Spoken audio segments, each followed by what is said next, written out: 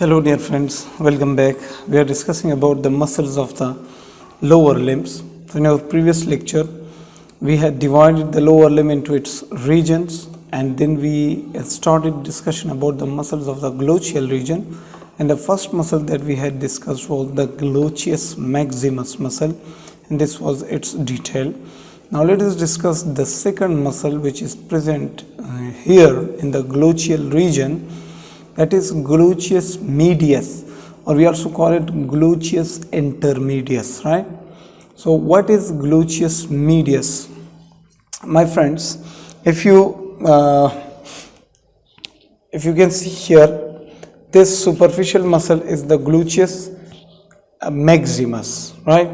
Then in between the gluteus maximus there is another muscle which is called gluteus intermedius or gluteus medius, and then inferior to gluteus medius there is gluteus minimus muscle. So three muscles are present in your gluteal region which you can palpate, which you can see. So gluteus maximus was discussed in previous lecture.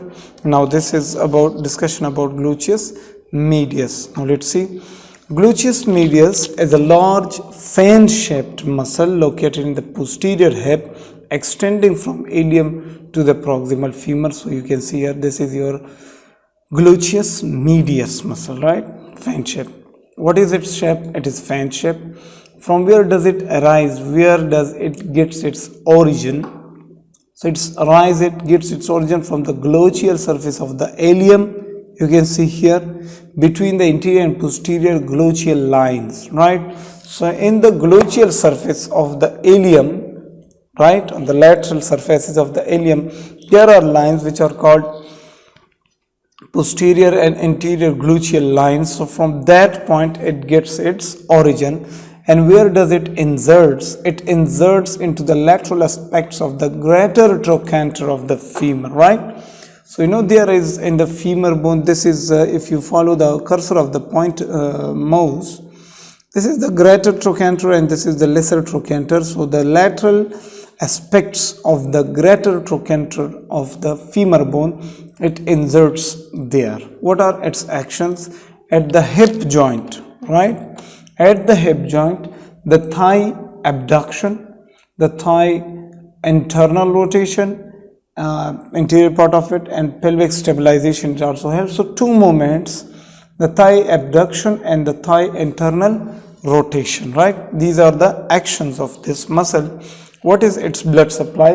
It is supplied by superior gluteal artery and trochanteric anastomosis. Trochanteric anastomosis and superior gluteal artery. And where from what it gets its innervation? It is innervated by its superior gluteal nerve, which come from the branches of L4 and S1, right? So here in this images you can see this is your gluteus medius muscle.